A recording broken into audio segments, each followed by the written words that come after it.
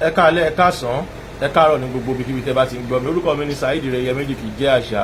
Mo jẹ́ kan nínú àwọn tó ń jọyìn sọ̀rọ̀sọ̀rọ̀ fún ilẹ̀ Yorùbá gẹ́gẹ́ bí ẹ ṣe mọ̀ mí. Èyí ni láti sọ fún tọmọdé tàgbà àti bàbá wa ti ẹ̀yin ìyá wa wípé ẹni bá bíni lẹ́ni jọ o. Yorùbá máa ń sọ wípé ajá tó máa sọnù kò ní gbọ́ fèrè ọlọ́dẹ. Ní ilẹ̀ Yorùbá mo fẹ́ gba ẹnu bàbá wa olóyè bàbá wa Banji Akintoye àti bàbá wa ṣe Sunday Igboho ṣá pẹ̀lú gbogbo àwọn tó jẹ́ important people tó fi dórí àwọn ẹ̀gbọ́n wa tó jẹ́ aggregators máa gba ẹnu wọn sọ wípé ẹ jẹ́ ká jókòó sílé o. Wọ́n ní ọ̀la ni wọ́n fẹ́ dìbò ní ọjọ́ Saturday.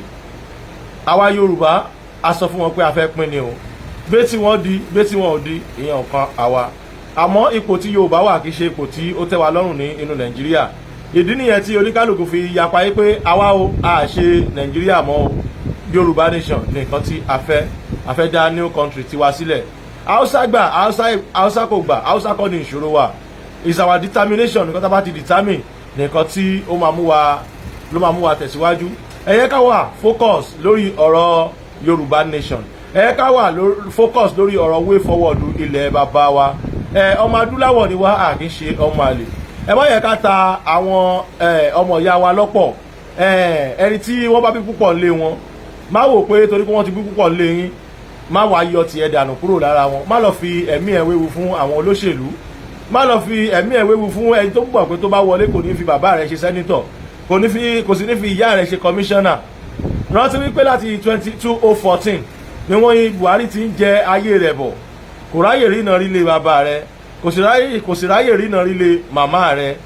Ìyà yìí ti wá pọ̀ débi wípé wọ́n fi ìyà jẹ Yorùbá débi pé kò sí nǹkan kan tí Yorùbá lè sọ pé àwọn ní kódà tó fi dórí náírà wọ́n kó gbogbo rẹ̀ pamọ́. Ìyà yìí ti tó fọmọlúàbí láti gbọ́n. Wọ́n ní ìyà ló ń jọmọ tọmọ fi ń gbọ́n ọyọ̀ ní pọmọ lápàdánù ọyọ̀ ìyà kò ní pa wá o. Ẹ má yẹ ká yọ̀ nínú ìṣẹ́ ẹ má yẹ ká yọ̀ nínú ìyà. Ẹ jọ̀ọ́ mo bẹ̀ gbogbo ẹ̀yin ọmọ Yorùbá àlàáfíà yín ló ṣe kókó fún àwa ọmọ Oòduà bíi ti yín. Ẹ̀mí gígùn yín àti tèmi náà ló ṣe kókó fún torí pé tí ẹ̀mí bá ṣì wà ìrètí ṣì ń bẹ o. Wọn ò ní gba Yorùbá nation lẹ́yìn wa o. Wọ́n á gbà á lójú wa láyọ̀ àti àlàáfíà. Ẹ jọ̀ọ́ ẹ jẹ́ ká ṣe pẹ̀lẹ́pẹ̀lẹ́ níbi tí a bá ti ń gbọ́ gbégbégbé gbàgbàgbà gbígbígbì ẹ jẹ́ ká yẹra fún bẹ̀ díẹ̀ náà. Tó bá yẹ pé èyí tí pólíbù tún bẹ lẹ́gbẹ̀ẹ́ lé yín ẹ kúrò ń bẹ̀ fún wọn for now. Ẹ jọ̀ọ́ ẹ torí tọ́ lọ́wọ́n ba. Ẹ̀yin tí ẹ rí nǹkan jẹ ẹ má wá torí pé àìrí nǹkan jẹ ní nínú kan ẹ má wá fi ba ayé ara yín jẹ. Ẹ ká sá fún ìwọ̀sí ẹ ká sá fún àtakò ẹ ká yẹra fún àṣìta ìbọn ẹ ká yẹra fún ìjà gidi. Ọlọ́run ọba kò ní jẹ́ ká fi ara pa o.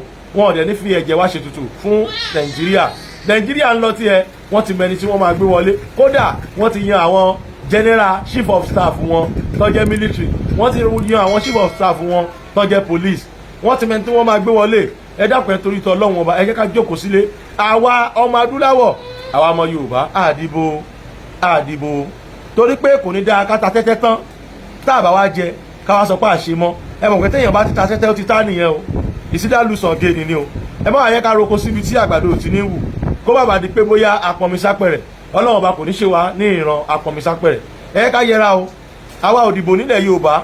Màmá mi ìyá mi mo rò pé àbọ̀rọ̀ tó fọmọlúàbí èmi kàn ní kí n sọ nítorí pé mo jẹ́ agbẹnusọ fún àwọn bàbá wa tó ń bẹ níwájú torí pé gbogbo nǹkan tí a bá máa ṣe a gbọ́dọ̀ dárúkọ kájẹ̀ṣèbà fún àwọn àgbà tó ń jẹ́ olórí wa nílẹ̀ Yorùbá. Ìtàjẹ̀sílẹ̀ kò ní jẹ́ tiwa o. Wọn ò ní fọmọ èmi àti yín ṣètùtù o. Lágbára Ọlọ́run ẹ̀yin tẹ́ jẹ́ ìyá wa bàbá wa ẹ jèrè ọmọ yín o. Ní bọ́jọ́ ọlọ́jọ́ lọ o. Ẹ dákun ẹ jókòó sílé yín ìkéde yìí ó wá látẹnu èmi Saheed Ire àmọ́ èmi Saheed Ire náà gba ẹnu àwọn bàbá wa sọ̀rọ̀ ní pé láyọ̀ àtàlàfíà la máa pàdé láyọ̀ àtàlàfíà la máa ríra wa àní ló ń gbé sọnù bí kì í ṣe bí ọmọ ìpàdé wa bí oyin. Mo kí gbogbo ọmọ Yorùbá lẹ́ẹ̀kan sí pé àjagun àjàyè àjagun olúborí lágbára Elédùmarè tolúwa ló máa ṣe. Ó dàbọ̀ o àpàdé ayọ̀.